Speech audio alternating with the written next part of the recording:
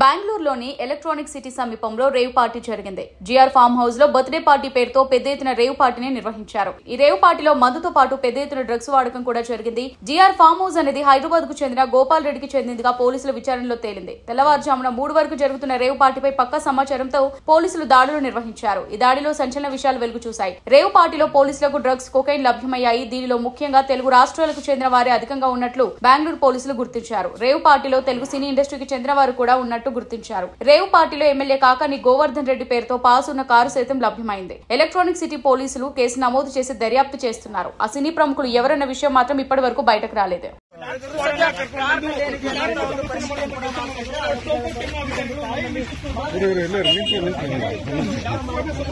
ನಮ್ಮವ್ರು ಮಾಡ್ಕೊಡ್ರಪ್ಪ ನಮ್ಮವರು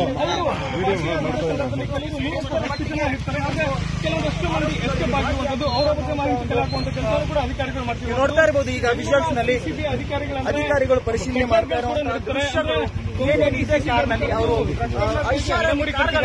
ಕಳೆದ ಕೆಲವು ವರ್ಷಗಳಿಂದಲೂ ಕೂಡ ಬೆಂಗಳೂರಿನಲ್ಲಿ ಒಂದು ರೇವ್ ಪಾರ್ಟಿ ನಡೀತಾ ಇದೆ.